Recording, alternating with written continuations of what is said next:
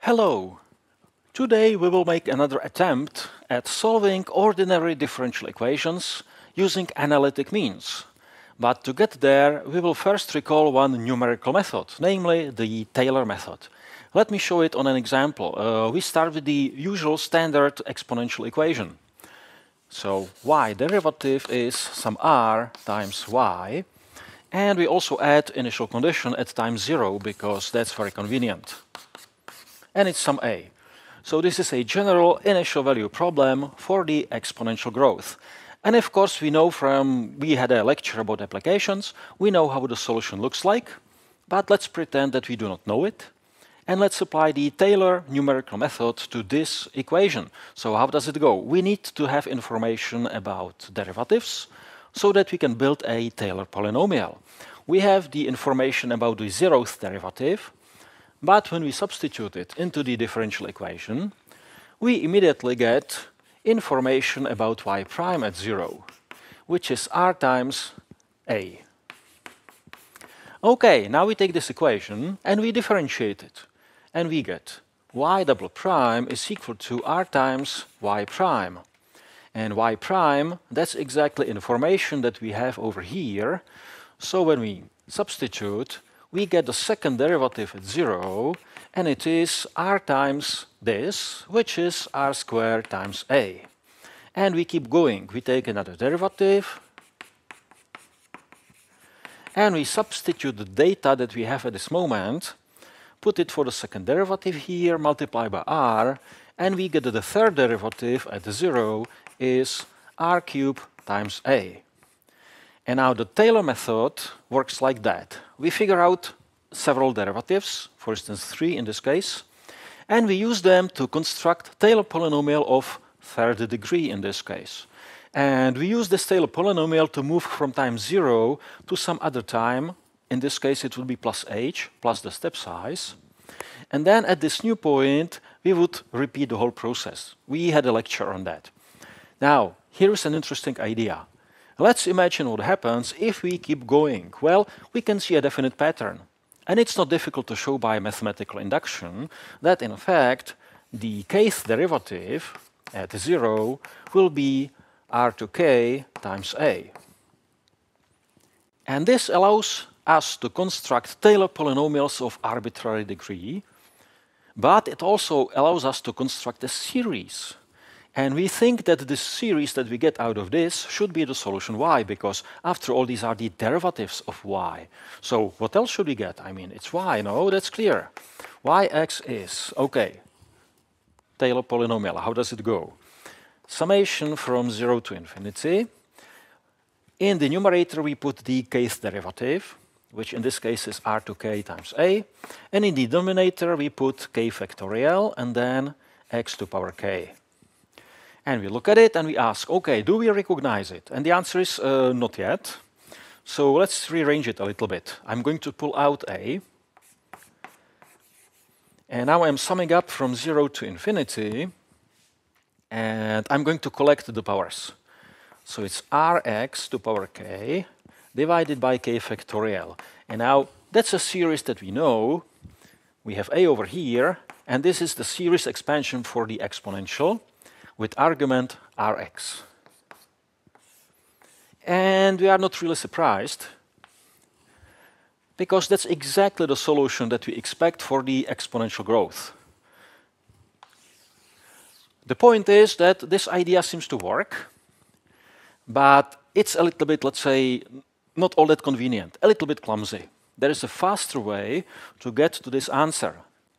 And this faster way goes like that. We look at the equation, and we say, okay, let's assume that the solution can be expanded into a power series. Now, we should choose center for the power series, and this is usually coming from the initial condition. Here, the initial condition is at time 0, so we use power series with center 0.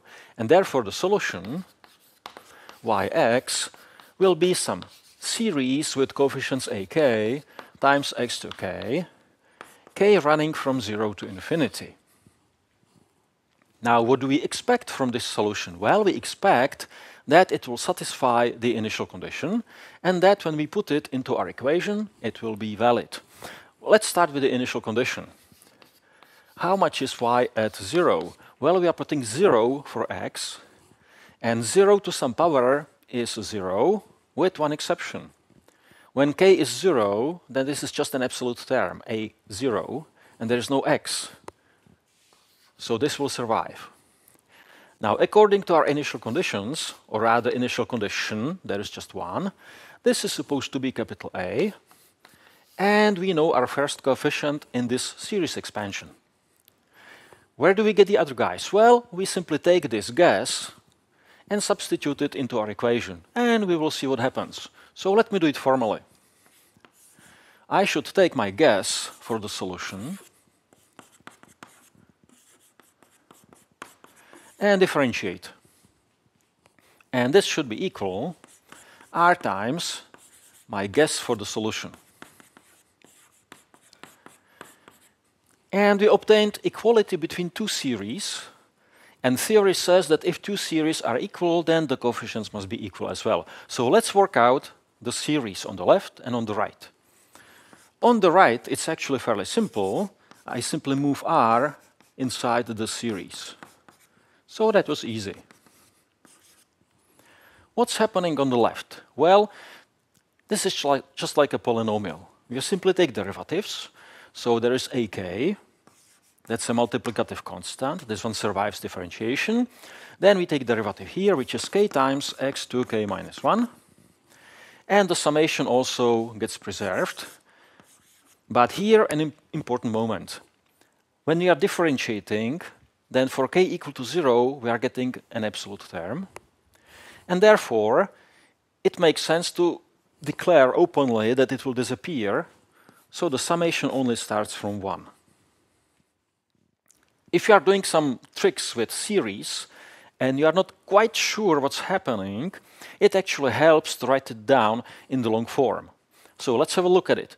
How does this part look like? It's actually a derivative of a0 plus a1x plus a2x squared and so on. And after we differentiate, a0 disappears, and there will be a1 plus a2 times 2x plus a3, 3x squared, and so on. And let's check that that's exactly this series. K runs from 1, and there is ak. Yeah, that fits. The lowest index with my coefficient is 1, and then there's index 2, 3, and so on. This fits. The index is repeated here as k. That fits. And then the power is lowered by 1. And that also fits. Okay, so it all makes sense. Now, one may argue, and it would be a correct argument, that I could easily leave also 0 here without changing the limits for my indexation, because when k is 0, then there will be 0 here and the term disappears anyway. And that's true. Formally, that would be also correct. But from practical point of view, it's actually a good idea not to carry zeros around, because it will interfere in what happens next. It will sort of like muddy the waters. I would have to handle it anyway. Eventually, I would have to think about it, what's happening when k is 0. So it's much easier to do it here at the differentiation stage, because it makes sense. That's really what's happening. One term is gone. Okay. Now I want to compare, and I have a trouble, because the series on the right has different powers compared to series on the left. If I were to compare to series, I need to see the same powers on the left, on the right with x. There is a simple trick. I will just copy the series on the right. And now with the series on the left, we use a popular trick. We take the index and shift it up by 1. So what we get is this. There will be x, and now there will be k minus 1, and k is shifted plus 1, so it will be just k. This k gets shifted to k plus 1, also this one, ak plus 1. And now a little trick that one has to remember. This lower limit goes down by 1. So now the summation is from 0 to infinity. One can remember this as a trick. Or if you are not quite sure, again, you go back to the long form and you ask, how can I encode it? And there are several ways, infinitely many ways, to encode a series into the summation form. What we did over here, we focused on the index at the coefficient. We decided to index this infinite series by looking at what's happening here. So 1, 2, 3, and so on. What we are doing here is focusing on the power. So there is the second power, the first power, and the 0th power. That's why the indexation goes from 0. And when the power is k, for instance 2 in this case, then these two numbers are higher by 1, which exactly fits, as you can see. So the long form actually helps us to see what's happening, and if you are still not convinced, there is a way which is mechanical, and some people actually prefer that. So let's have a look at it. Little side note. You have a series going from 1 to infinity, ak times k times x to k minus 1. What I'm going to do is to use substitution, a little bit like in the integral. I take the expression k minus 1 and give it a new name. For instance, n. Why not? So in the new form, there will be x to n. Now we need to replace k. So from this basic formula, I simply express how much is k. K is n plus 1.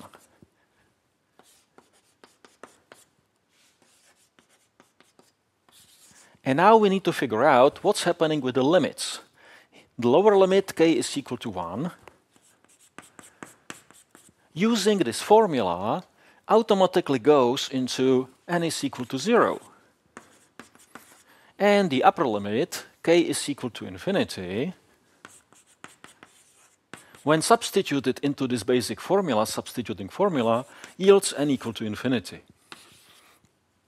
And we get the new form.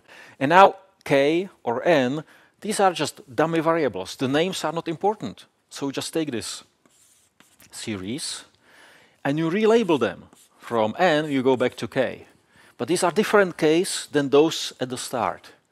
But it doesn't really matter because this is just a dummy variable anyway. So when I replace n's with k's, I get exactly this wonderful expression. Okay? This will come handy later on. We will be using this a lot, so it's good to understand it. Anyway, now I have a comparison between two series. And two series are equal if and only if the individual coefficients agree. So ak plus 1 times k plus 1 should be the same as r times ak. And this means that ak plus 1 is rak over k plus 1. And this is true for any k ranging from 0 to infinity, of course. That's a recursive formula. How do we solve it? That's a good question. Actually, there are ways how to solve recursive formulas if they are linear and if you get lucky. Another possibility is to simply look at the formulas and try to see something in them. Okay, we know that A naught is A. That comes from the initial condition. Then, when I put 0 here for k, I learn that A1 is r times capital A divided by 1. Okay, so far so good. A2 is r times the previous value, so it will be r squared times A divided by 1. And I also divided by this index, which is 2. And I keep going. A3 is r cubed A divided by 1 by 2 by 3, which is r cubed A divided by 3 factorial. And you can keep going for a while. And after you do it for a while, you start having this strong suspicion, which you can confirm using mathematical induction, that ak is in fact r to power k times A divided by k factorial. Now, this ak comes from our assumption that our solution can be found as a series. We substitute in. The solution should be a series, a power series, where the coefficients are r to k, capital A, over k factorial, times x to power k, and that's exactly the series that we had before, so we know that it's a times e to rx. And that's it.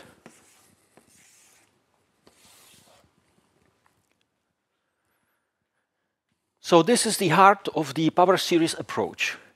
You take your differential equation and you start assuming, imagining that your solution is given by a series. You substitute into the equation, you work it out, and you get some formulas that allow you, if you get lucky, to identify the coefficients, and then you have your solution as a series. And if you get really, really, really lucky, then you can take this series and write it as a nice formula. But it doesn't always work. So I think that it's quite clear, first, how to do it, and second, we saw the key trick, which is this differentiation and how to handle it. The differentiation formula, the shift trick, okay? And using these, you can essentially handle everything. Let me show another example. We will apply the power series approach to a very simple linear differential equation of order 2. In fact, that's the elementary harmonic motion. And because we are interested in initial value problems, we have initial conditions, 2 of them, which is fitting with the order of our equation. And we are taking general initial conditions because we want to get a general formula, and we will actually get a general solution in this way, which is wonderful. Okay, let's start by assuming that our solution can be expressed as a series, and again, the center will be 0.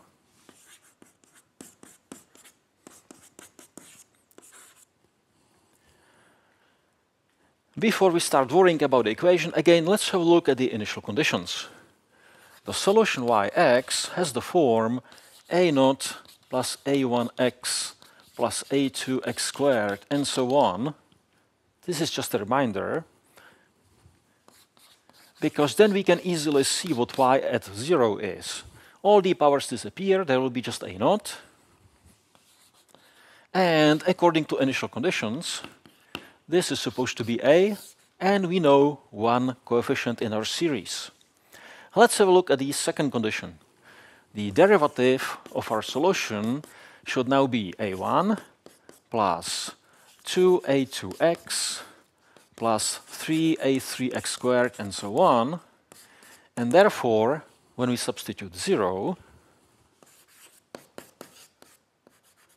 what we get is a1, and according to initial conditions, this is supposed to be b. And we have our second coefficient. And that's about it. We just milked the initial conditions for everything they were worth. And now we have to go back to our differential equation, and we substitute our expansion for y. Let's see. We take our series, k ranging from 0 to infinity, so far, and we differentiate twice. Then we should add our series, and this is all supposed to be 0. K ranging from 0 to infinity. Actually, this looks suspiciously like alpha, so let me just emphasize this is a. Okay. Let's work out one of the derivatives. So I will still have one derivative left. And when I differentiate, okay, I will get summation, and the lowest power disappears after differentiation, so it just goes from 1.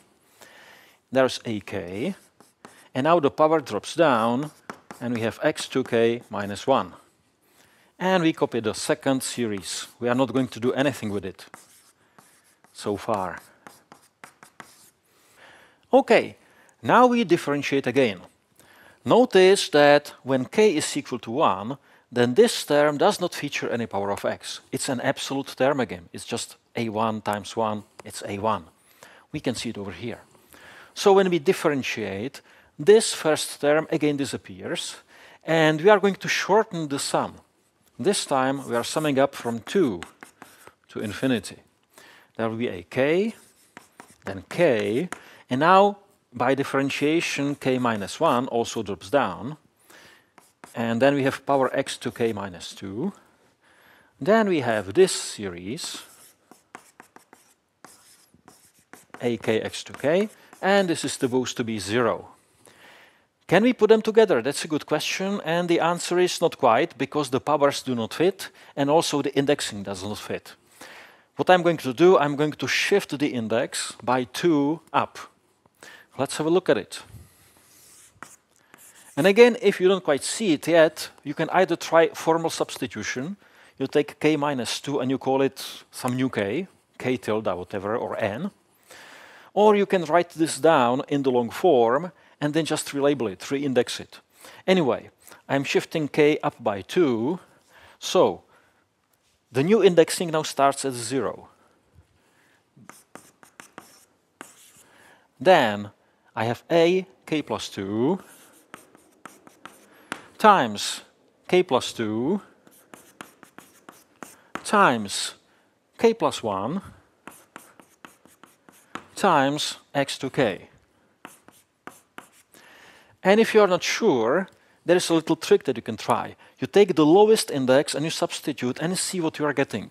When k is equal to 2, we are getting a2 times 1, and x is not there at all. So it's a2 times 2. Here, when I put k equal to 0, x is gone, this is just 1, and we see a2 times 2. It's the same thing. If it works for the initial index value, then most likely you have it correct.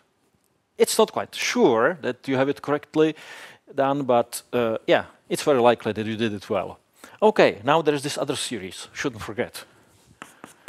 Okay, k going from 0 to infinity, akx to k, and this is supposed to be 0.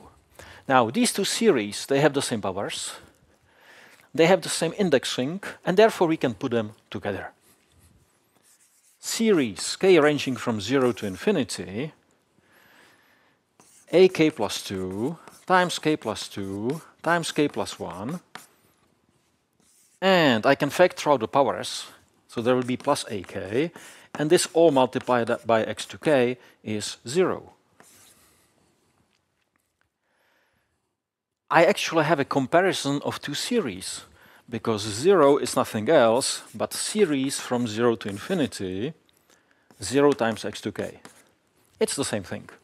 So again, I'm comparing, and I see that every single coefficient here must be 0. And from that, I get a nice recursive equation. Let's see. ak plus 2 is, okay, I move ak to the other side of equality, so it will be minus ak divided by k plus 1 times k plus 2. And this recursive formula works for every k at least 0. Here we go. Now I look at it, and again I ask myself, can I solve this recursive equation in some efficient way? And the answer is not quite. I don't have tools for that. So let's have a look at it.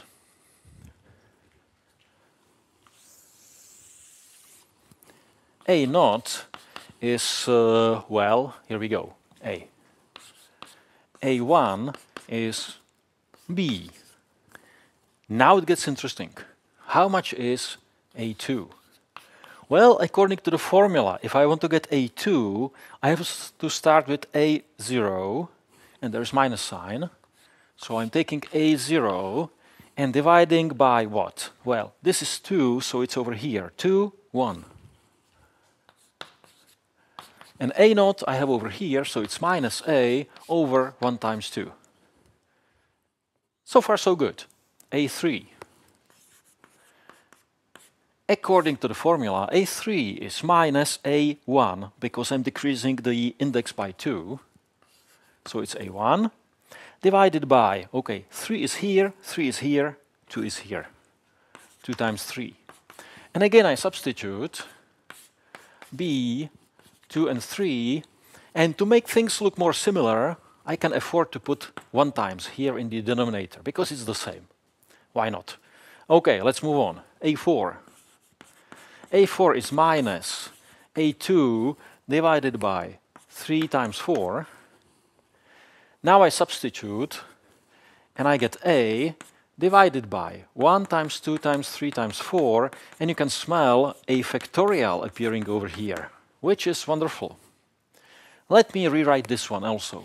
It's minus a over 2 factorial, and this one is minus b over 3 factorial.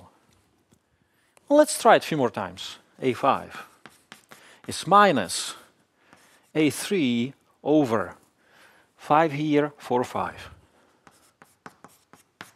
Okay, a3 is over here, so the minus disappears. There will be capital B. And in the denominator, there will be 1, 2, 3, 4, 5. This is 5 factorial. So 2 negative guys, 2 positive guys. And we can see factorials, and they go 2, 3, 4, 5. This looks good. Just out of curiosity, does it work here? This is b divided by 1 factorial. Notice 1 here, 1 here, 2 here, 2 here, 3, 3, 4, and so on. Okay, let's try it here. A divided by 0 factorial. Does it work? 0 factorial, that's 1. Yeah, it works. Wonderful. We've got a nice pattern happening here. We can see 2 positive guys, 2 negative. 2 positive, 2 negative, perhaps. Let's see. A6 is minus A4 over 5 by 6, which is, okay, A4 is over here, minus A over 6 factorial. And A7 is minus A5 over 6 times 7, which is minus B over 7 factorial. Wow, it does seem to work. Let's make an educated guess. I strongly suspect that there will be 2 different patterns, one for even and one for odd coefficients. Let's start with the even guys. Well, even numbers, they look like this. A to k. So let's start with the obvious. Well, there is a on the top, definitely. Always a on the top when the index is even. Over here, over here, over here. No problem there. How about the denominator? Well, there's the index factorial. 2k factorial. How about the sign? Well, the sign is changing, obviously. Plus, minus, plus, minus. So it's minus 1 to k or minus 1 to k plus 1. It depends whether the pluses and minuses fit well with the index k here. So let's see. A naught, that's actually 2 times 0. So when k is 0, the sign is positive. A2 is 2 times 1. When k is 1, the sign is negative. It looks like negative 1 to k to me. Let's check. A6. 6 is 2 by 3. Negative 1 cubed is negative. Yeah, it does work. Okay, odd guys. A 2k plus 1 is, well, b divided by 2k plus 1 factorial. This is now obvious. How about the sign? Let me put it here like that, negative 1 to k, and see whether it works. Okay, 7. How do I get 7? 7 is 2 by 3 plus 1. K is 3. Negative 1 cubed is negative. It does work, to be on the safe side. 5. 5 is 2 times 2 plus 1. K is 2. Negative 1 squared is positive. It does seem to work. This can be confirmed for all k's greater than or equal to 0 by mathematical induction. We know AK, or rather we know A2k and A2k plus 1, and we can substitute them back in our formula. And, well, we will need some room. Okay, let's have a look at it. The solution is a series where we need to split even and odd powers. So let's make 2 sums. K ranging from 0 to infinity. And where do we start? Let's say with the even ones, because the lowest power is 0. That's an even index. So we start with even indices. That's the coefficient. Negative 1 to k, a over 2k factorial times, and the power is 2k, because that's the power corresponding to the index or the coefficient a2k. Now there will be another sum, again k ranging from 0 to infinity. The coefficient is a2k plus 1, negative 1 to k, b divided by 2k plus 1 factorial times x to 2k plus 1. Now I will just pull out the constants a and b out of the sums and rearrange it a little bit, and we are pretty much done. So let's see, I'm pulling out a, series k ranging from 0 to infinity, negative 1 to k, x to 2k divided by 2k factorial. So far so good. Plus, I'm pulling out b, summation, k going from 0 to infinity, negative 1 to k, x to 2k plus 1, divided by 2k plus 1 factorial. Okay, great. Let's see. I look at it and I say, oh, wait a second. I've seen this guy before. I've seen this guy before. That's a series expansion for cosine x. And that's a series expansion for sine x. Am I surprised? Definitely not, because, I mean, this is a very simple second-order differential equation. I find lambda, it's actually plus or minus I. I work it out. Yeah, that's what I expect. Just out of curiosity, this can be rearranged to a form a squared plus b squared under the square root. That's the amplitude. And then there is a cosine with the same frequency, but with a little shift. And you can work out phi. That's not really important at this moment. The important thing is, this is just, again, sine or cosine curve. The shift can be different, and then there is a sign here, interchangeable in the formula, essentially, which is magnified by some amplitude. Yeah, so a nice harmonic motion. And this confirms that our power series approach actually arrived at the correct answer, which is nice. So that seems to be a very nice approach, and we saw it so far from, let's say, practical point of view. But let's have a look at it from theoretical point of view. Several good questions. For instance, we said, okay, let's imagine that our function can be expanded. Now, how ambitious is that? Can we actually afford to say that? A very good question. Then, after we had the expansion, we put it into our differential formula, and we did some tricks with it. We differentiated it as if it were a polynomial. We added series as if they were polynomials. Can we afford to do that? These are very good questions, and of course they belong to a different part of mathematics. Namely, this is something which is called power series, and you can find it as a part of calculus. But let me borrow some answers. First of all, if you can expand your function as a series with a center, let's say center 0 or some other center, then indeed you can afford to treat it as a polynomial. You can use this formula for differentiation. You can sum up series like that. You can even multiply them like polynomials. It gets a little bit trickier, but it can be done.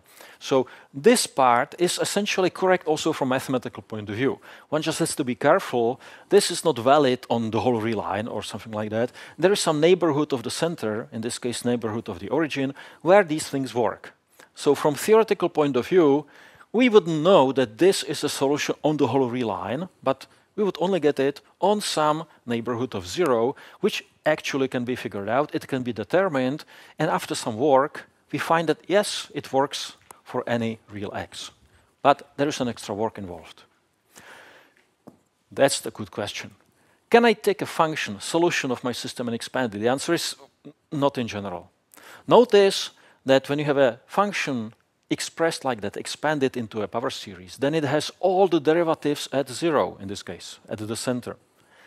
But when you have a differential equation, then it may happen that you have a solution which has 2 derivatives and nothing more. This can happen. So this is in fact a little bit ambitious. And things get even a little bit worse. Let's imagine that we assume that the function, that the solution that we're looking for, has all the derivatives so that we can form the Taylor polynomial. This looks optimistic. And in fact, in applications, you have a reason to assume, very often, that your solution is a very nice, smooth function.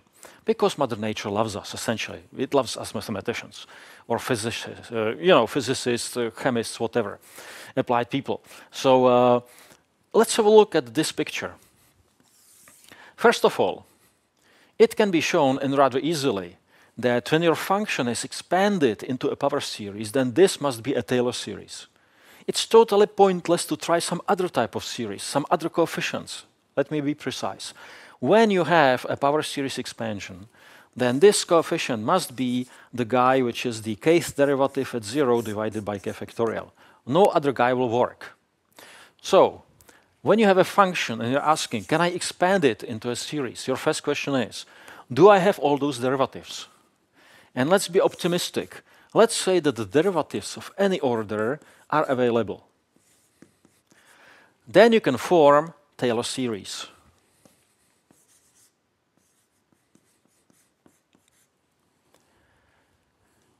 And now two good questions. First of all, is the series convergent? And second question, okay, let's imagine that the series is convergent, so it creates a new function. Is this function actually the same as your original function? These are very good questions, and the fact is that the answer in general is no, unfortunately. For many nice functions, the answer would be yes. If you have all those derivatives, you form Taylor series, you get your function. All the elementary functions work like that. Many nice functions work like that. But there are functions that also look nice, and it does not work like that. So this is a very tricky question, and in fact, there is no nice, easy, simple, practical test that could decide whether your function does work like that, whether it can be expanded or not locally. Unfortunately. So this is a very, let's say, unpleasant situation from theoretical point of view. But when you are solving a differential equation which comes from implications, then you can assume, okay, let's imagine that I got lucky and that there is a solution which is so nice that I can expand it. And then you can follow the power series approach, you get something at the end, and then you can actually test it whether it works or not. So that's how people do it. Okay.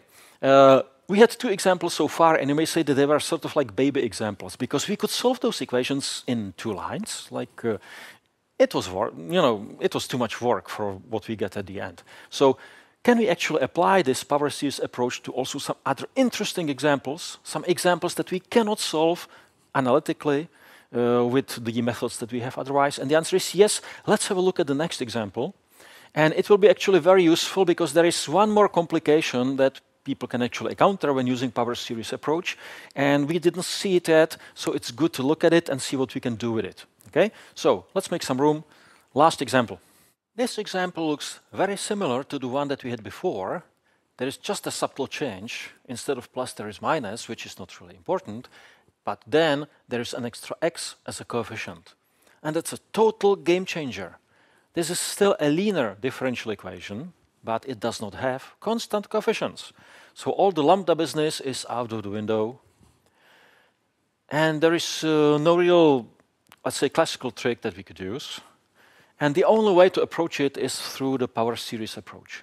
So the power series approach is very often as the, let's say, last resort when everything else fails. And actually there are many differential equations that come from applications where the only reasonable approach is using the power series.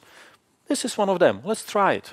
So I'm going to assume, optimistically, very optimistically, that there is a solution that can be expanded or expressed as a power series. Now, where do I center it? The answer is at 0, at the origin. So it will be ak x to the power k, k ranging from 0 to infinity. Now, again, let me first handle the initial conditions, and they are the same as before. I have the same power series as before. So from the initial conditions, it follows that A0 must be A, and A1 must be B. And most likely I will go back to this later on.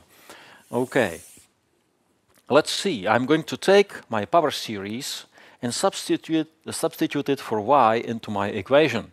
So there will be second derivative of my power series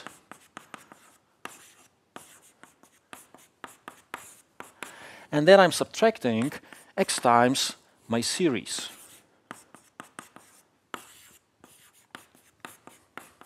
and this is supposed to be 0. Okay, let's have a look at it. Here I am differentiating twice. So the first two terms, they will disappear, and my new sum starts at 2. And it's the same as in the previous example. AK, the first derivative drops k, and the next derivative drops k minus 1. So far, so good. Let's have a look at the second part. I take x and I distribute it into my series.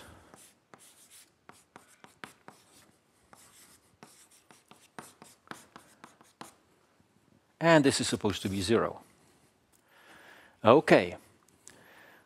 What next? Well, we should unify the powers, because usually the powers, that's the key thing. Then we can put it together into one series when we have the same powers. Well, what power should I unify at? Let's say at k, x to k. That sounds like a good idea. It would be easy. So in the first series, I'm going to shift k upwards by 2. And I get x to k. I add 2 to k, and I get k plus 1 here. Here I'm getting k plus 2. Then there will be a, k plus 2. And the sum is taken from 0. We saw it twice already, so we are getting used to the fact that when we are shifting up, this number goes down. Let's check that it makes sense. The smallest index is 2. When I put it here, I get a2. Here, the smallest index is 0. When I put it here, I get a2. I get 2 here, and here I get also 2. It all fits. Okay? Even the power. 0th power, the second k equal 2 makes 0th power. Everything works well. Let's have a look at this guy. Surprise. I have to shift the coefficient, the index, down by 1. And I will get x to k. I am shifting down ak minus 1. And then this limit must go up in the opposite direction. Again, let's check. The lowest index is 0, gives me a0, x to power 1. Here when k is 1, I get a0, x to 1. It's the same thing. It seems to work. Okay, now the powers are the same, but I have a little trouble because the indexing is not the same. What do? Well, here's the trick I've been talking about. I take the 0th term in this series, in the first guy, and move it away. I take it separately. So when k is 0, I'm getting a2 times 2 times 1. That's it. Then there is a sum, but now it's taken from 1 to infinity. And I just copy this business.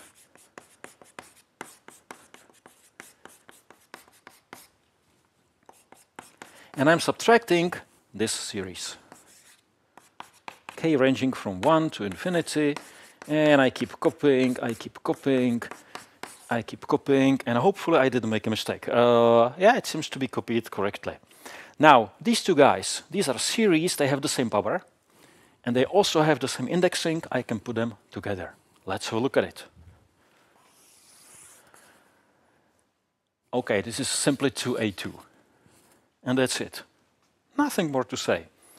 Okay, 2a2 plus series k ranging from 1 to infinity. And I'm going to factor out x to k.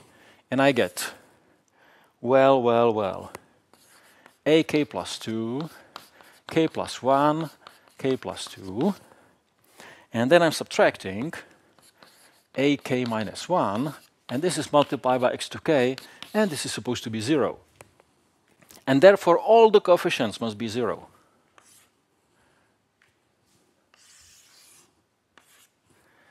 And therefore, we have the following things. We have some starting values. a0 is a, a1 is b, and a2 must be 0. Because that's an absolute term, and here we start from 1, so there's no absolute term here. That's the absolute term of the left-hand side. And then there is 0 for the absolute term on the right. So obviously a2 must be 0. And for the remaining ak's, we are getting a formula from here, which goes like that. Well, ak plus 2 is ak minus 1 divided by k plus 1 times k plus 2. Okay. This looks a little bit similar to the previous example, but there are some subtle differences which are crucial. For instance, there is no minus here, so there will be no flip-flopping of signs. And you can notice that the difference between indices over here is not 2 but 3. So when we are calculating an index, we are looking into the past 3 steps. And we have 3 initial conditions here, so to speak. So this all seems to fit together. By the way, this formula is taken for k at least 1. And then when we take 1 for k, we get a0, so this makes sense. It would be really unpleasant if we had a and a negative index. That would indicate some error in our calculations. Anyway, these formulas determine the coefficients ak that we need for our series. How do they look like? Again, I am not aware of any method that would solve these equations and just give us a formula. So let's make some educated guesses. We have a0, a1, a2. Let's move on. The next guys are a3, a4, and a5. We have nice formulas for them. Well, okay, I overdid it a little bit. So we are shifting down by 3 with our indices. So there should be a0 on the top, a1, and a2. And in the denominator, we always have this index and then a number which is smaller by 1. So 3 and 2. 2 times 3, 3 times 4, 4 times 5. So let's work it out. a0, b, well, a2 is 0, so a5 is also 0. A divided by 2 times 3, b divided by 3 times 4. Do I actually want to put 1 here so that I have a factorial? That's a good question. I don't know yet. But let's move on.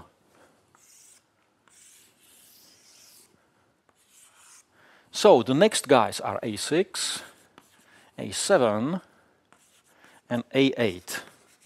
And according to our recursive formula, this will be a3, a4, and a5, because we are going down by 3.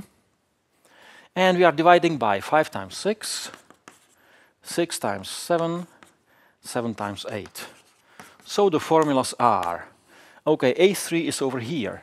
It's a divided by 2 times 3 times 5 times 6. Oops, this is not a factorial. There is 4 missing. That's unpleasant, let's face it. This guy is b divided by 3 times 4 times 6 times 7. This time there is a 5 missing. Well, this guy is 0. It's quite obvious that these guys will be all zeros. So if I want to write it mathematically, this is a3k plus 2. Is it true? When k is 0, we get a2. When k is 1, we get a5. When k is 2, we get a8. All these guys are 0. How about the other guys? That's a good question. a9 is a over 2 times 3 times 5 times 6 times 8 times 9. And a10 is b divided by 3 times 4 times 6 times 7 times 9 times 10.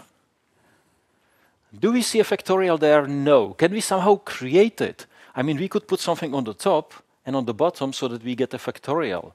But yeah, we can do it, but we do not get anything nice. That's a problem. Well, that's about it. This can be written down using product notation, if you want. So I can, form a nice formula which would go like that. A3k is actually a times 1 divided by a product I ranging from, let me see, I would have to think about it. I guess from 1 to k. Yeah, that looks like it. And then there will be 3i minus 1 times 3i. I mean, this is not really important. I'm just showing that there is a way to express it mathematically, but it's not anything really nice that I would recognize. It's a strange power series where every third term is missing, and then there is every third term that depends on A, and every third term that depends on B. This power series does not have a name. So my solution is a power series where the coefficients come from these formulas. And I don't have a nice expression for it. And that's actually typical for the power series approach. You solve your differential equation, and you get something over here, some power series where the coefficients are determined using a recursive formula. So they are determined, but they are not given by a nice formula that you could actually substitute into. And that's a problem. So there's a good question. Did we really solve the system?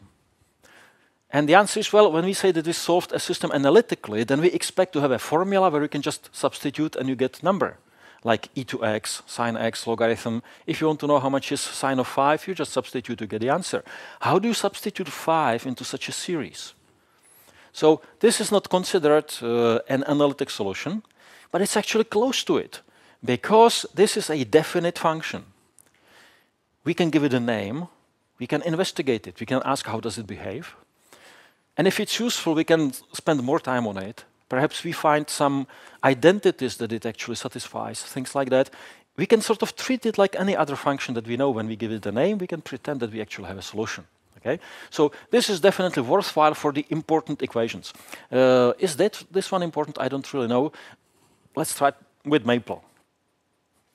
So here I'm asking Maple to solve our differential equation, the second derivative of y minus x times y. That's exactly our differential equation. I'm asking for a general solution, and let's see what happens. And Maple gave us a linear combination of two things, which are called airy. There's airy I and airy bi. What are these guys? Well, that's exactly the functions given by this power series.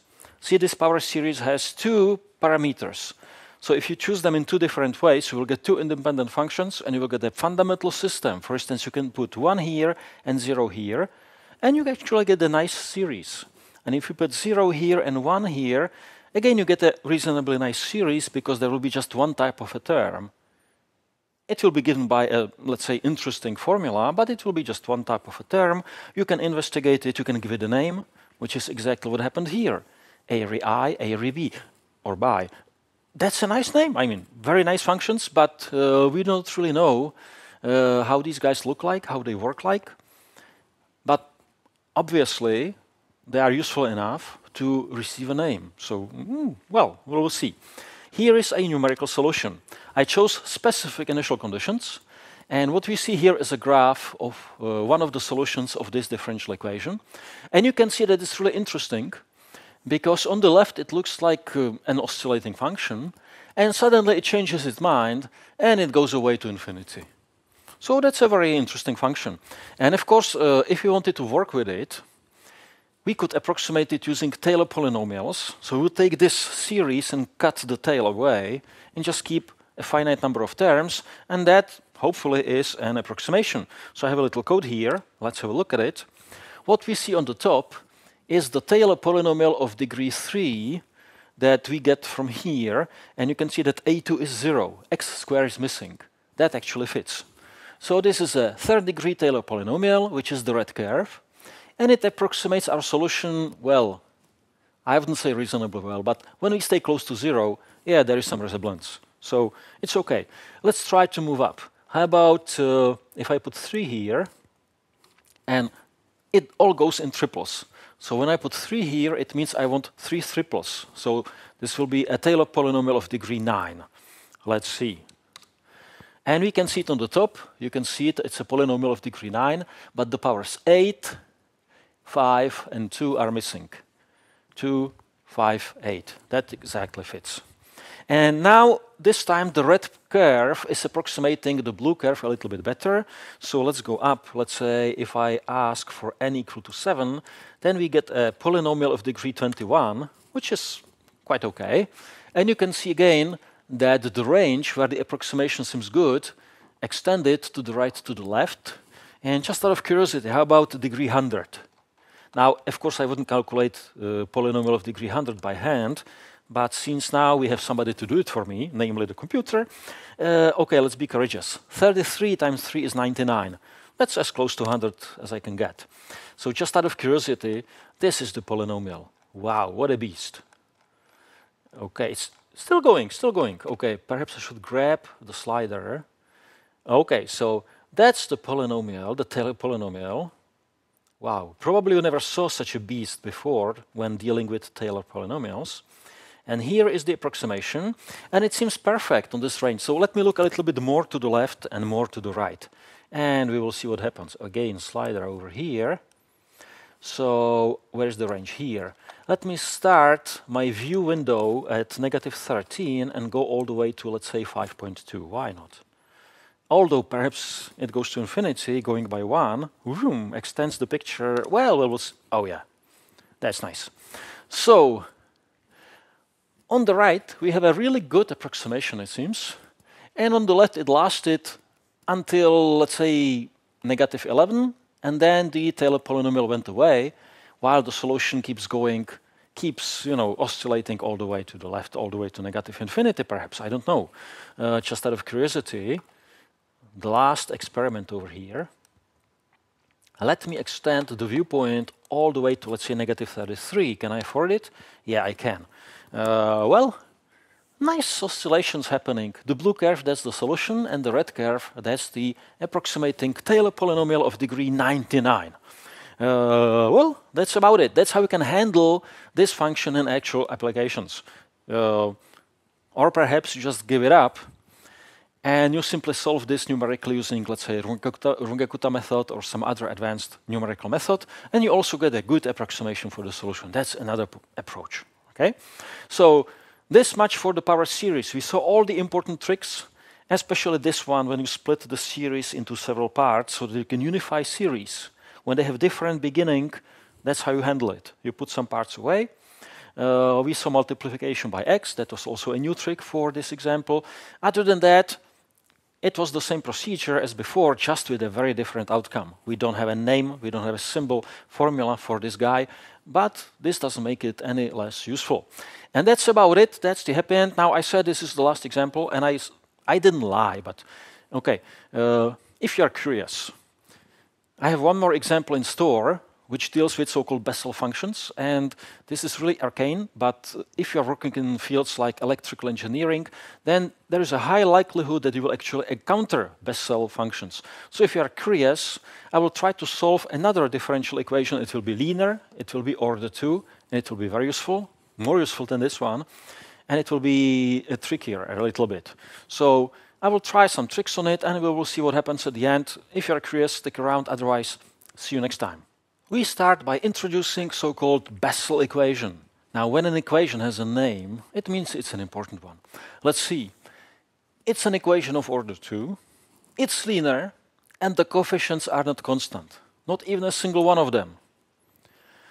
The parameter m, well, we could simply put some number there. We wouldn't have to write it as m squared, but this is traditional and it offers some leeway. M could be positive, negative. We will see it does have some meaning. And this m is typically an integer, but need not be. Another popular values are like 1/2, 3/2, and so on. Yeah, so we should keep an open mind regarding m. Before we start solving it, and by the way, this cannot be solved analytically either, and the only reasonable approach is using the power series approach, exactly our topic. Let's review another chapter that we had. It was a lecture on analyzing solutions. You just look at the differential equation and you ask, okay, what do I learn about the solutions, which I don't know, just by looking at the equation. Today I'm going to show an interesting trick, which does not always work, but here it does. So it's nice. Question. When x is very, very small, how does my differential equation look like? Well, I'm comparing x squared when it's small, so I could argue, for instance, that x squared is much more than x. Perhaps the first term can be ignored, but then perhaps the second derivative is much bigger than the first derivative, so it balances out. This is tricky. there is one thing which is quite obvious. When m is not 0, which is something that we use, then x squared compared to m squared is negligible, because x goes to 0, but m is a constant. So our differential equation essentially looks like this. X squared y second derivative plus x y derivative, and now here minus m squared y. And this is 0.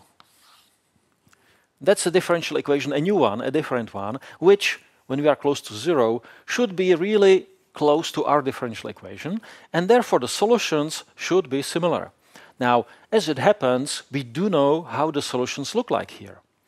It's easy to check that the function x to power m and x to power negative m form a fundamental system. So there are essentially two types of solutions. Some solutions, they go to 0, and some solutions, they go to infinity.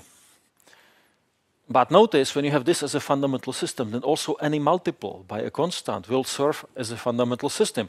So perhaps your fundamental system may look like this, and perhaps like that, or any other combination. Okay? Could be that one of them is positive, one of them is negative. The important thing is that there is one type and a second type, and they can be mixed up in any way. So this is what I expect to be happening when x is really small with the solutions of also the original equation. Interesting point of view. Anyway, let's move on. What happens when x is really, really, really large? Well, first, let's change it a little bit. I'm going to divide by x squared. And I get y double prime plus 1 over x y prime plus 1 minus m squared over x squared y is 0. Now, m is a constant, and if I divide it by something which is approaching infinity, this is almost 0, negligible compared to 1. So this term can be dropped. Can I drop this one? Well, the first derivative can be much larger than the second derivative. So this is a little bit tricky, but okay, let's argue that we went all the way to infinity, so let's also drop this one. What is left? Well, y double prime plus y is 0. And that's exactly the equation that we had here before. And we know that the solution of this equation is some amplitude times cosine x plus some shift. The important thing is, when we are near infinity, this is infinity, then our solution looks like a shifted cosine. And perhaps magnified by some a, by some amplitude. An interesting trick.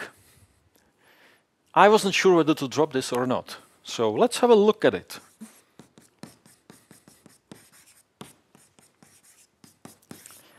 This is an equation, and if I imagine that this is a constant, then this is an equation of an oscillation, where this term gives us damping. And we know that with damped oscillation, the solution looks like this. But now the trick is, as you are increasing x going towards infinity, then this term is less and less important, so the damping is getting weaker and weaker, and eventually it almost disappears. So I expect to have here some damping effect.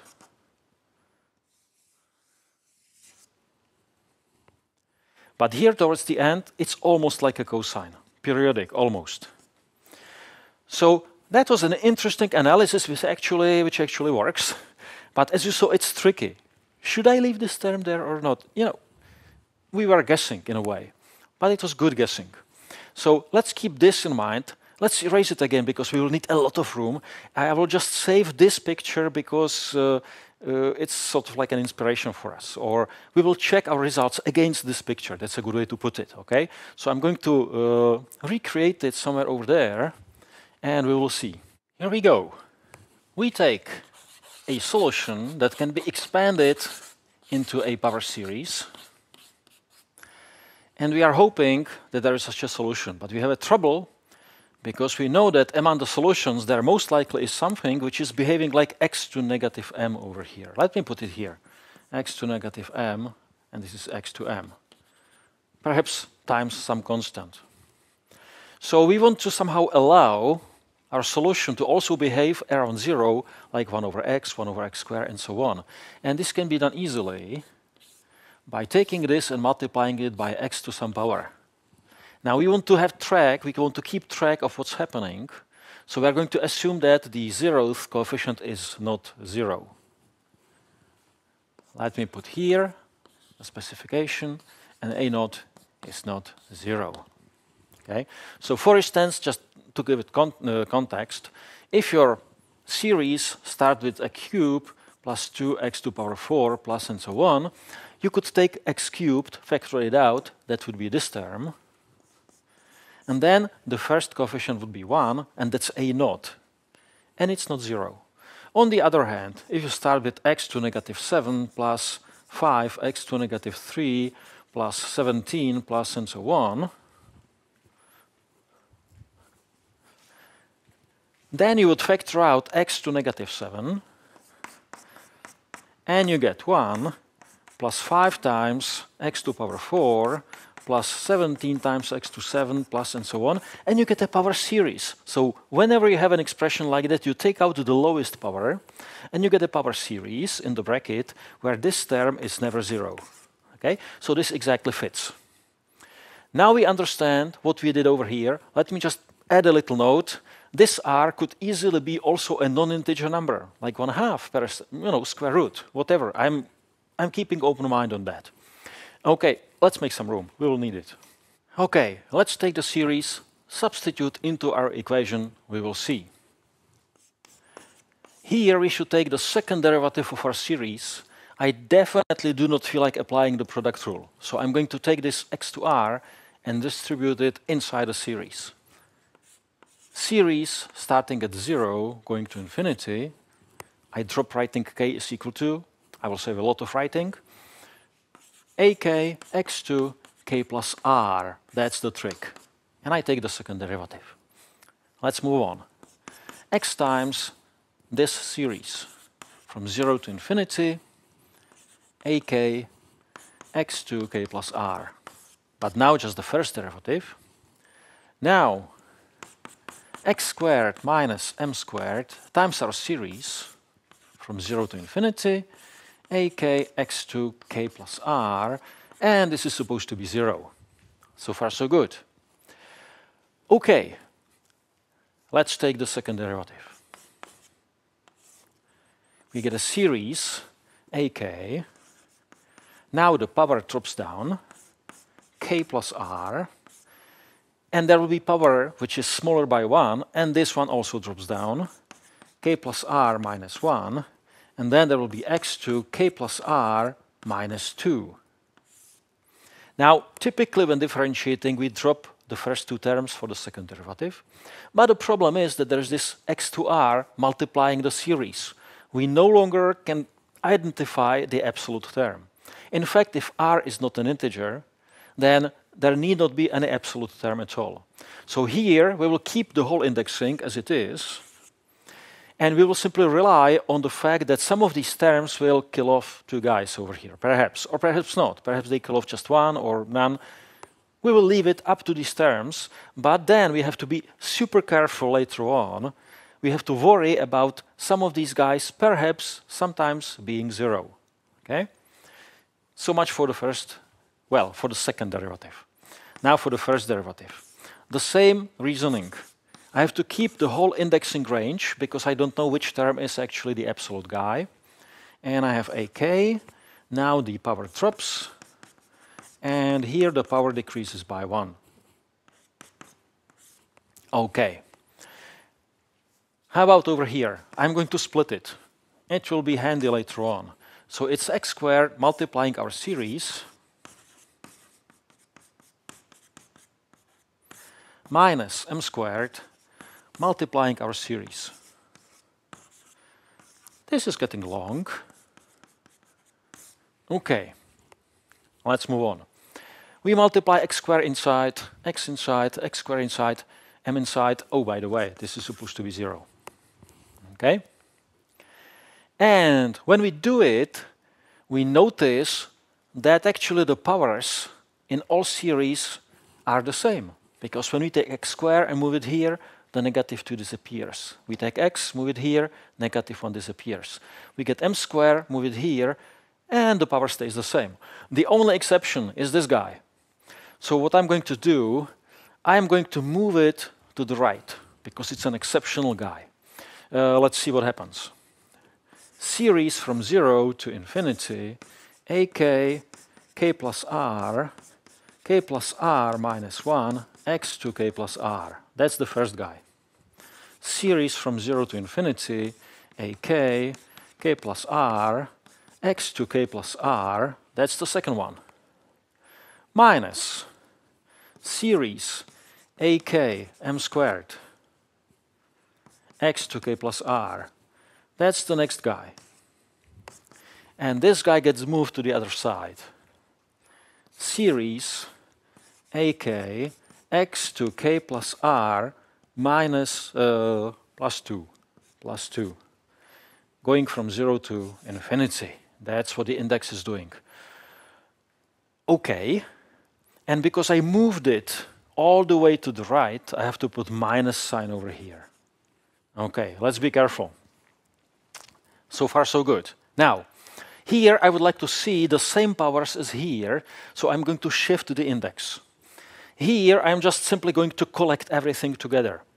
How will it look like? That's a good question. Well, series from, okay, let me put it properly. K going from 0 to infinity. AK, bracket. Now let's see. This is where it gets interesting. From the first two series, I could also factor out k plus r. What will be left? K plus r minus 1 plus 1. This one disappears. I guess I should have written it, but I'm trying to save some room. Okay, so just imagine this guy and this guy are factored out. And when they are factored out, there is just one left here. It is added here. This is k plus r squared. Then I'm subtracting ak, which is factored out, and m squared. So that's the guy. X to k plus r. That's the three sums all put together, or the three series. What do I see on the right? Well, I'm shifting the index down by 2, and then this number goes up by 2. So it's a series from, okay, k going from 2 to infinity, minus ak minus 2, x to k plus r. And that's exactly what I've been hoping for. I'm comparing two series, and they have the same powers. They do not have the same limits for k. Now I could use the trick, and I could split the two terms away from this, and then perhaps I could take this series and put them together. That's possible. I did it in the previous example. Here I'm going to try something else. I'm going to start comparing powers on the left and on the right. The smallest power is obtained when k is equal to 0 is put here, and I will get x to r. But notice that it's not possible here. There is no x to r on the right. So let me put it this way. When k is equal to 0, we get something on the left. What do we get there? A naught times, well, I can see r squared minus m squared. That's what we get on the left, multiplied by x to r. And on the right, there is no x to r. Okay, now there are two possibilities. One of them is that a naught is 0, but that's actually not allowed because we forbade it. That's the part of the definition of r. R is chosen in such a way that a naught is not 0. So this is not 0. The only possible way to achieve this, to have 0 on the right, is that r squared is m squared.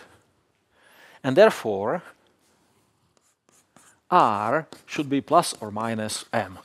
And that's very important.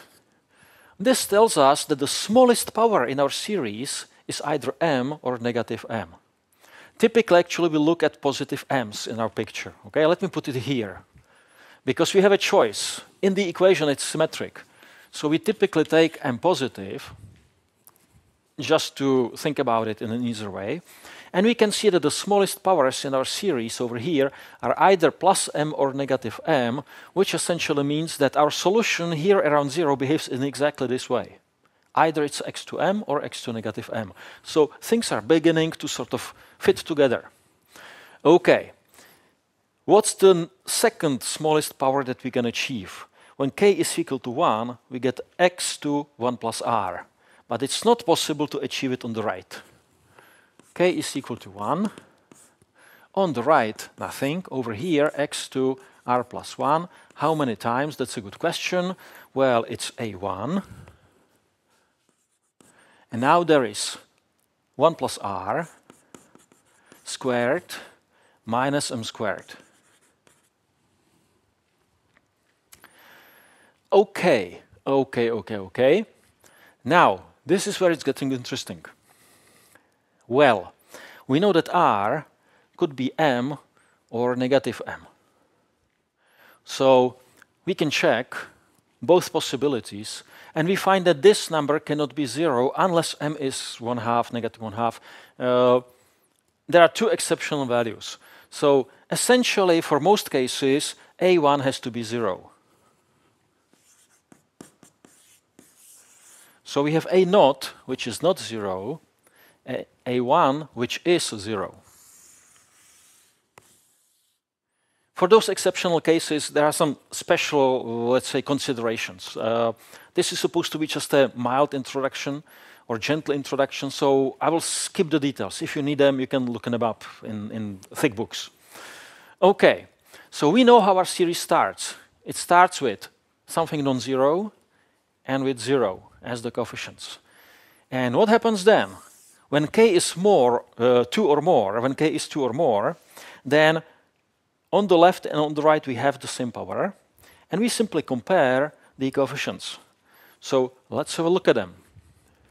We are getting the equation ak times 1 plus k plus r squared minus m squared x k plus r should be minus ak minus 2 x2k plus r. And these two guys are supposed to be the same, so I get from this an equation which says that ak is minus ak minus 2 divided by k plus r squared minus m squared. Let's play with it a little bit. This is minus ak minus 2 divided by k squared plus 2kr plus r squared minus m squared. We look at it and you say, oh, wait a second, where is it? Over here. R squared and m squared should be the same. So these two guys, they cancel. They are gone. And we get a new formula. ak is minus ak minus 2 divided by k squared plus 2kr.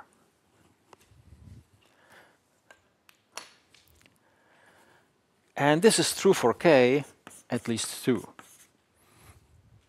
Now, notice that a1 is 0. When a1 is 0, then a3 will be also 0. a5 also 0.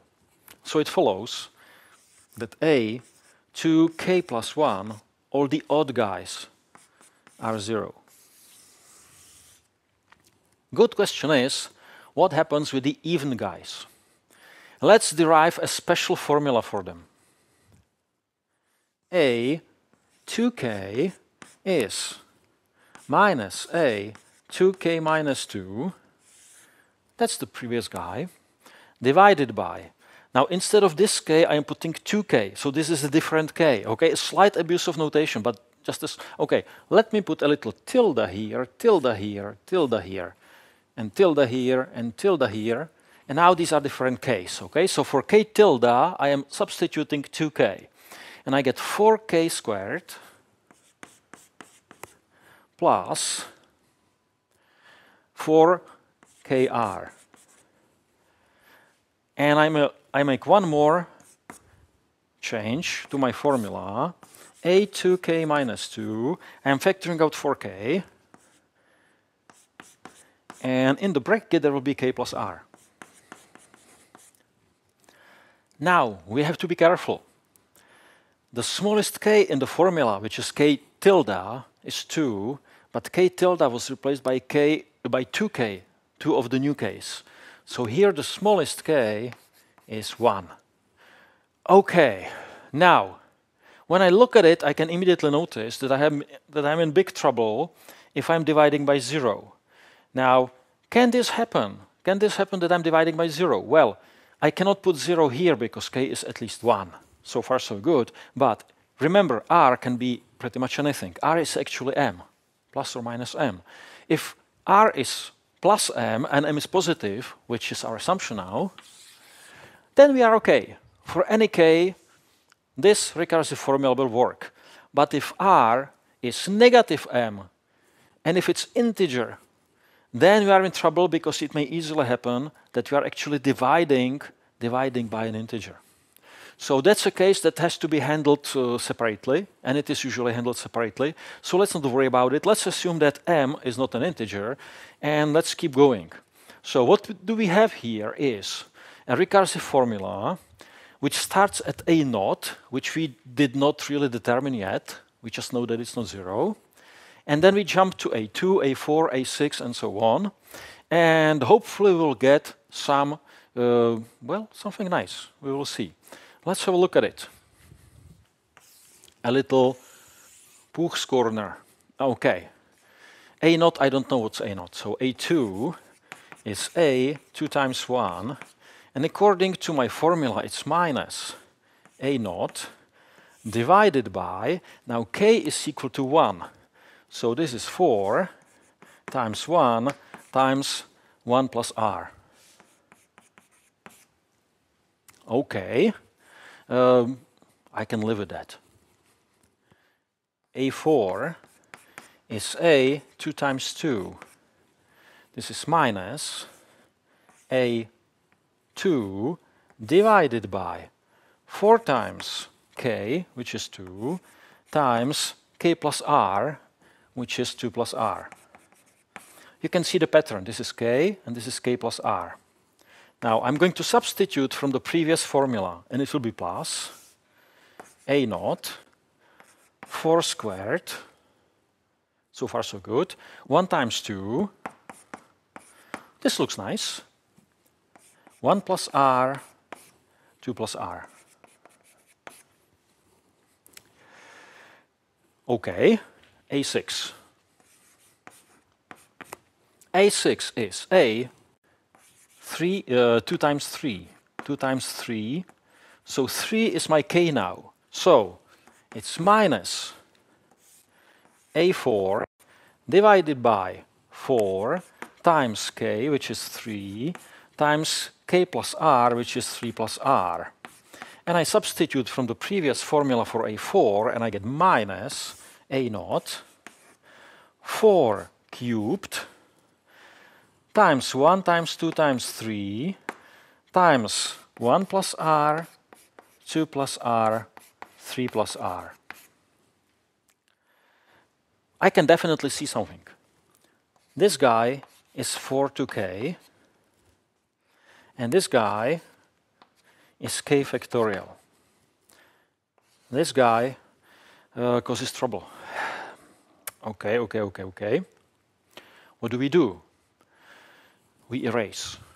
Okay, here I gathered what we discovered so far. We took our solution in the form of a series, but not just a power series, but we also modified its growth by adding another power, x to r. And we found that r actually has to be either plus or minus m, where m is a positive number. That's the order of the equation.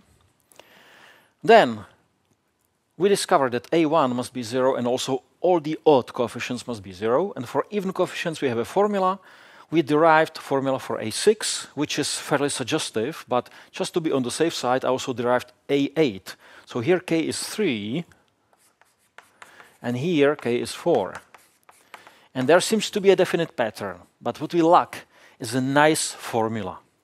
And to get a nice formula, we are going to use a dirty trick. A naught. A naught is undetermined. It shouldn't be 0. But other than that, it can be anything. Typically, it would come from initial conditions, but we are not looking for initial conditions. We are just desperately looking for some solution. So we can choose anything that we want for A naught. And this is where the dirty trick comes. I start by assuming that R is a positive integer. Then we do not have to worry with division by 0 here, which is great. And we can also use the following trick. I choose A naught to be 1 over 2 to R times R factorial. Now you may say, oh, where did this come from? And the answer is, well, let's see what happens. How much is A6? A6 is A3, 2 times 3. I should be careful. K is 3, so we can see it over here. And the formula goes like that. There's minus, fraction, 1 on the top, because A naught gets replaced by 2 to R, and I connect it with this. So this is 4 cubed times 2 to R. Then there is 3 factorial times 3 factorial. And now there is R factorial coming from here. That's the remainder of the A naught part. A naught was substituted here. And now there is 1 plus R, or R plus 1, and R plus 2, and R plus 3. And I look at it and I say, oh, wait a second. This actually looks sort of nice. 1 over minus here, 4 cubed times 2 to R times 3 factorial times R plus 3 factorial. See, we added the remaining part of the factorial here. This is like a tail of the factorial. But the beginning was missing, so we added it here in A naught. And you can check with A8 that it works exactly in the same way. So A2k is, let's be careful, there's a sign changing, negative 1 to k, 1 over, and now I should put 4 to k, because it really fits. It fits with our k. But it's actually customary to write instead 2 to 2k. And you will see shortly why. Times 2 to r times k factorial times r plus k factorial. That's the coefficient. And we can substitute into our series. And we get yx is equal to summation k ranging from 0 to infinity, this coefficient.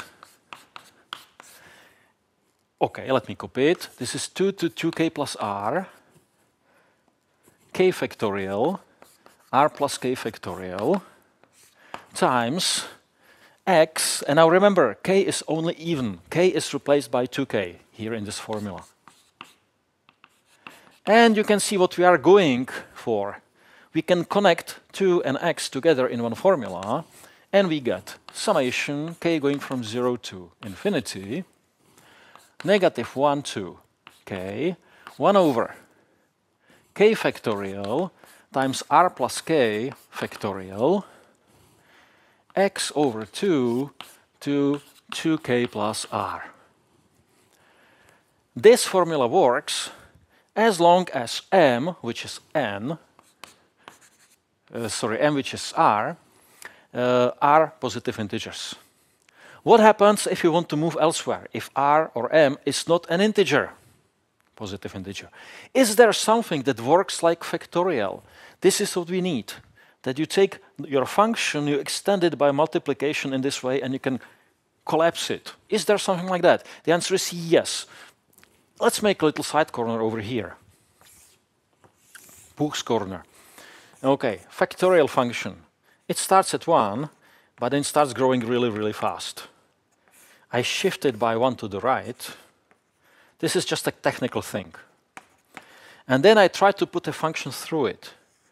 A function would also in between satisfy this multiplicative procedure or the multiplicative rule that the factorial does have. And it turns out that there is such a function. It's called a gamma function. And this gamma function satisfies the following identity.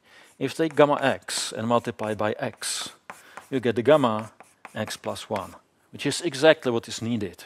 And this gamma x plus 1, if x is a natural number, is simply x factorial. And also it works for 0. Okay? So this gamma function can be used to replace factorial in the formula, which brings us to this formula.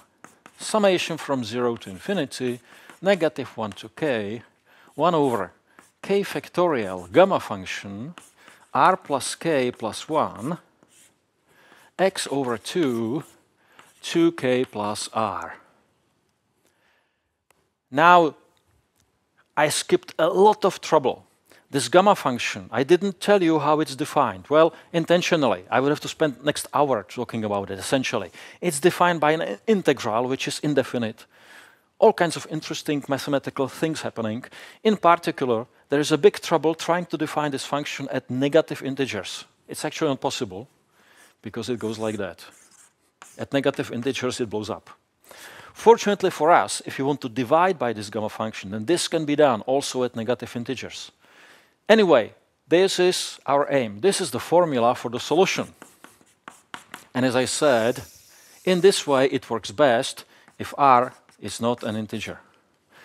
For positive integers, it can be also done because then it's the factorials. Okay, so let's say that r is negative m, which belongs to negative integers. That's the trouble.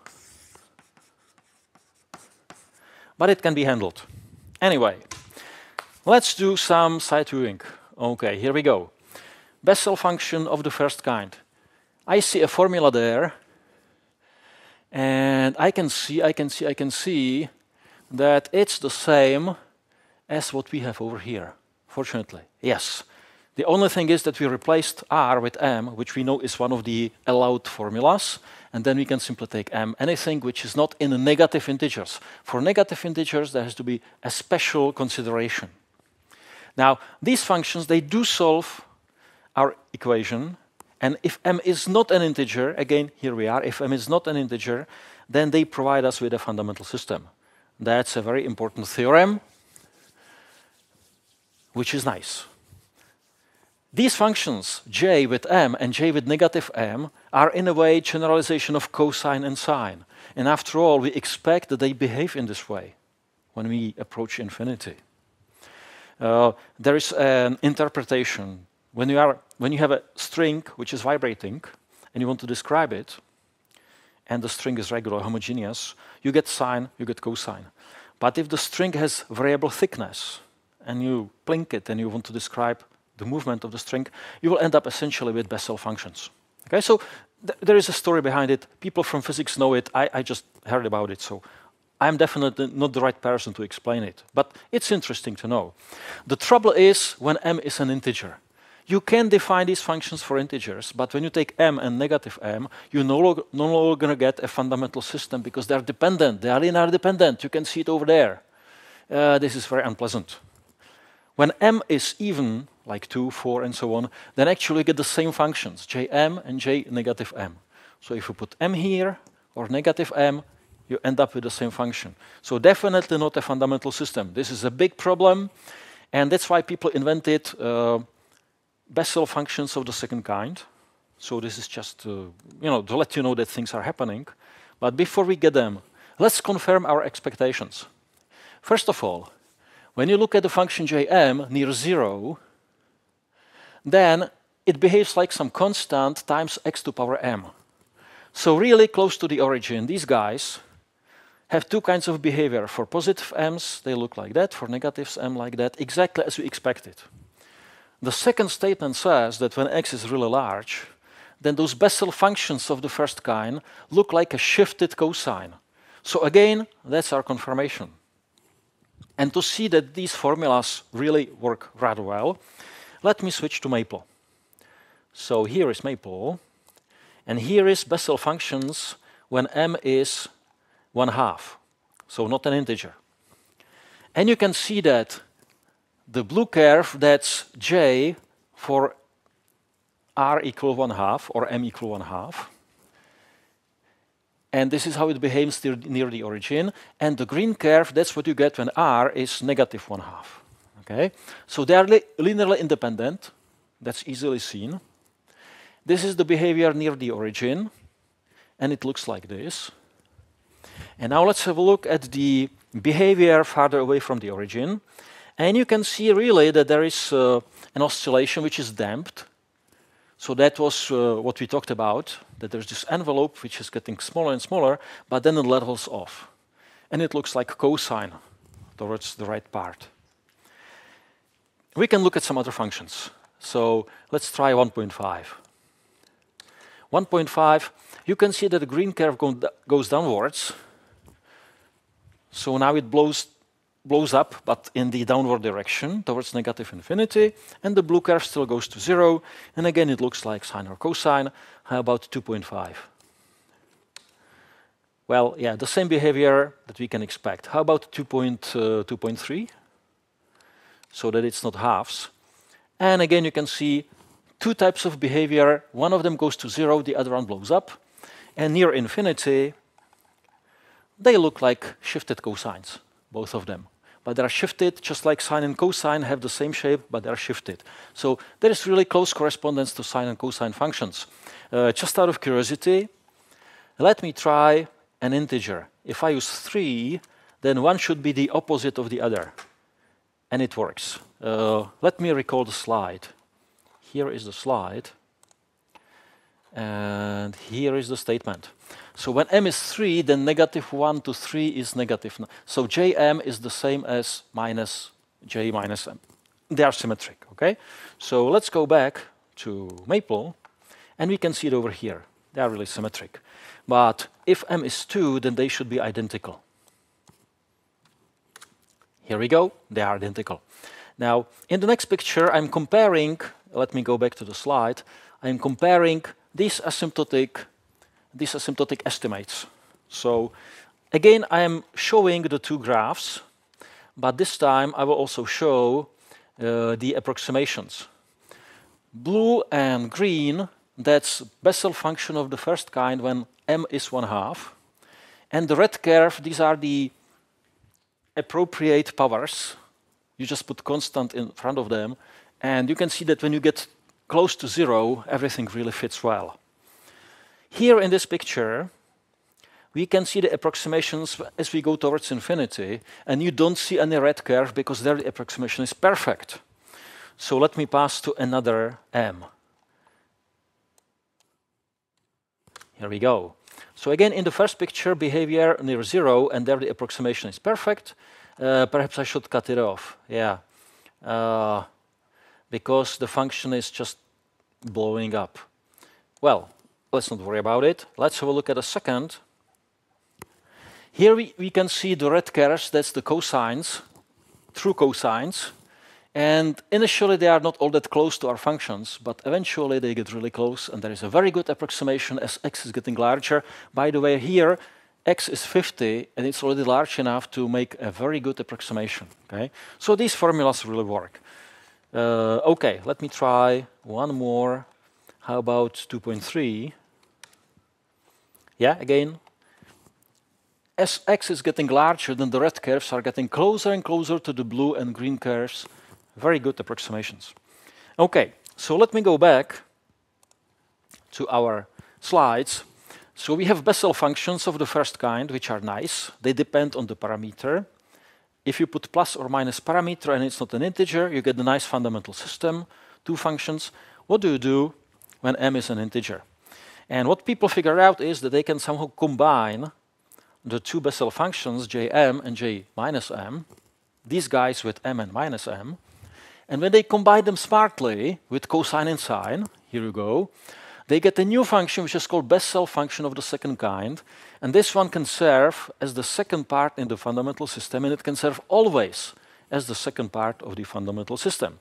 So you can always simply take this formula with m over here instead of r, positive m, and you get the first function in the fundamental system, and for the second you take the Bessel function of the second kind, and you get a nice fundamental system, you get your general solution, everything works really well. So this Bessel function, it has been studied because it's very important. It appears in many areas.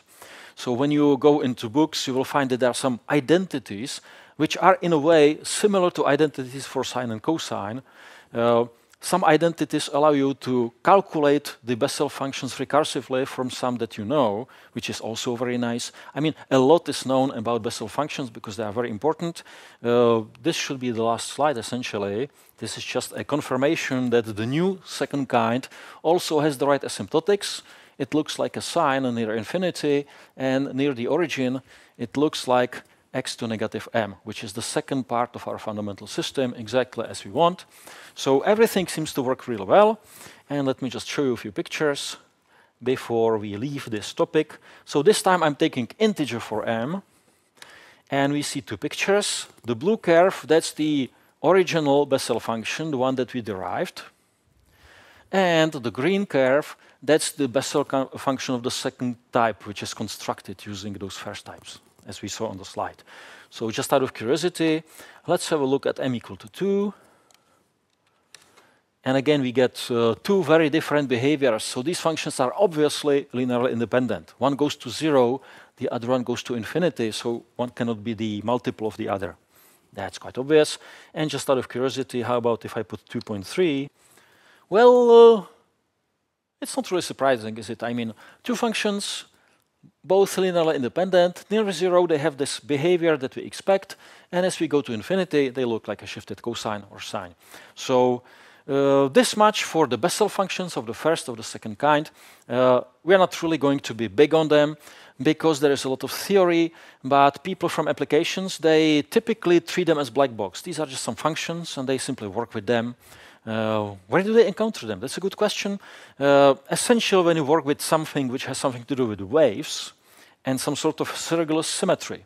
So for instance, electromagnetic field, if you have it spherical or cylindrical, then you are bound to encounter Bessel functions. Or let's say heat conduction in a spherical situation, cylindrical. Or when you take a drum, there is the membrane, which has a spherical, not spherical, circular shape. And when you bang on it, it starts vibrating. And when you want to describe the vibrations, you end up with Bessel functions of the first kind, typically. Diffusion. I actually heard that Bessel functions make appearance when people study dynamics of floating bodies. So when you have waves and something floats there, you want to know what's happening. Apparently, they encounter Bessel functions. I don't know details, I just heard it. Sounded interesting. You can encounter them even in probability when you have two quantities which are normally distributed, you multiply them, you end up with a Bessel function. So some surprising appearances. So the Bessel function is useful, but perhaps you will never encounter it. What's interesting for me here at this moment is that it's a nice example of application of the power series approach. That's the main topic. Seeing the power series approach, there are some complications, we worked them out. It actually gave us something valuable. So this power series approach, that will be the starting point or the kickoff point for the next topic, which is a big one, but I hope you'll enjoy it. And see you there.